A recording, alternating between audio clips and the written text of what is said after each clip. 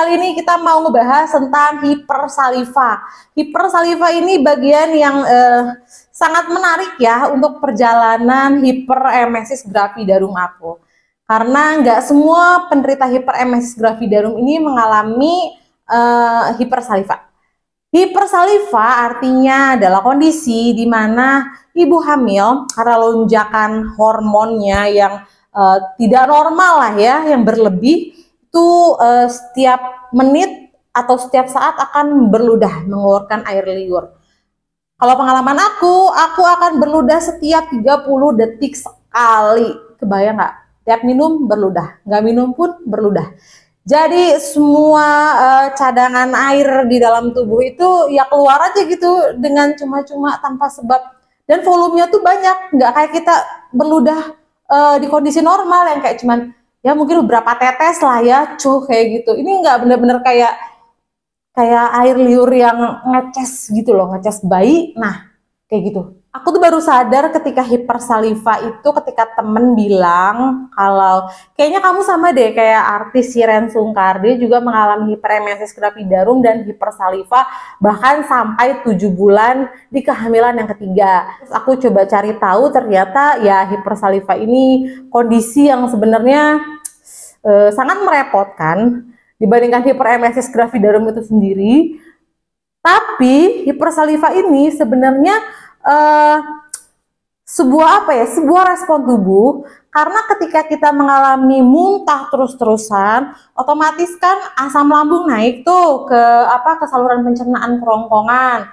Nah, di situ tuh asam lambung itu saking galaknya ya, dia bisa membakar sini sampai mulut. Nah, tubuh itu merespon dengan segera memberikan peringatan kayak, oh ini kita harus padamkan nih kegalakan dari asam lambung ini, cairannya, dengan mengeluarkan air liur. Jadi sebenarnya itu proses alami yang justru bagus, cuman saatnya nggak tepat karena terjadi saat tubuh kita lagi down-downnya mengalami hiperemesis gravidarum gitu. Solusinya apa? Nggak ada solusi. Tapi aku pernah dengar katanya ada obat sih, itu bisa untuk buat hipersaliva terhenti, tapi dengan cara membuat mulut kering. Tapi itu nggak bagus untuk yang lagi hamil. Jadi ya udahlah, dilewatin aja.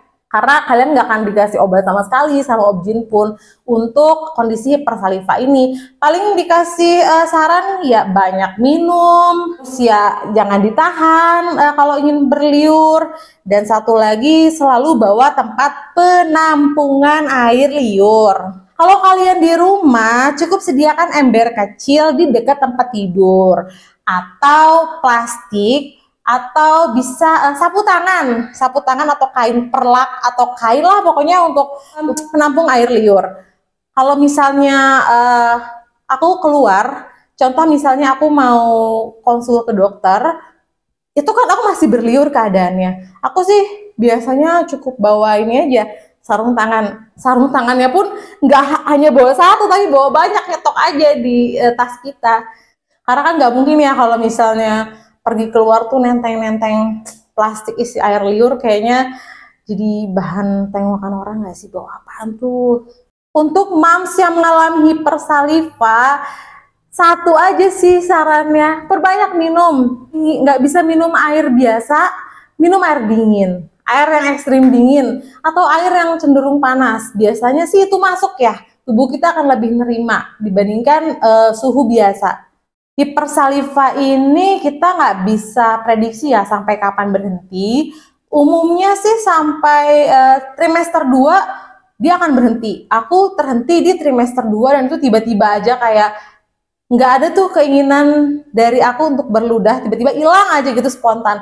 Tapi ada juga kasus yang dia sampai lahiran itu masih hipersaliva. Saran sih ya, karena hipersaliva ini dia merupakan respon dari otak juga. Kita nggak usah berpikir, lupakan kebiasaan kalau kita ini harus meludah. Diabaikan aja gitu. Ini kondisi ini bisa kita bisa kita atur kalau kita sudah mulai masuk trimester 2. Itu bisa. Kayak awal-awal peralihan trimester 2, aku tuh masih ingin kayak ada berludah. Tapi kalau aku coba lupa, oke aku tuh nggak mau berludah, aku pengen berludah tapi bisa kok nggak berludah, itu nggak akan berludah. Jadi di mindset ya berarti. Coba kita kontrol aja di situ. Oh iya, satu lagi. Itu di bantal kalau mau tidur, bantalnya ditutupin perlak atau kain. Kenapa? Karena cenderung ibu-ibu yang mengalami hipersaliva itu dia akan ngeces. Jadi pagi hari mungkin akan ada bau-bau jigong kurang sedap, ada pulau-pulau kecil. Ya pokoknya kondisi yang cukup memalukan, tapi ya harus kita jalani. Tutup aja lah pakai kain itu bantalnya. Semangat selalu ibu-ibu hamil dengan hipersaliva. Ayo kalian bisa, hipersalivanya bentar lagi berhenti. Sekian sharing dari aku. Kalau misalnya ada yang ingin tanya-tanya seputar hipersaliva atau apapun, DM IG aku. Tapi kalau misalnya untuk konsultasi lebih lanjut tentang hipersaliva, silahkan tanyakan pada objin kalian. Kita sharing-sharing sesama pejuang hipersaliva ya. Terima kasih. Assalamualaikum.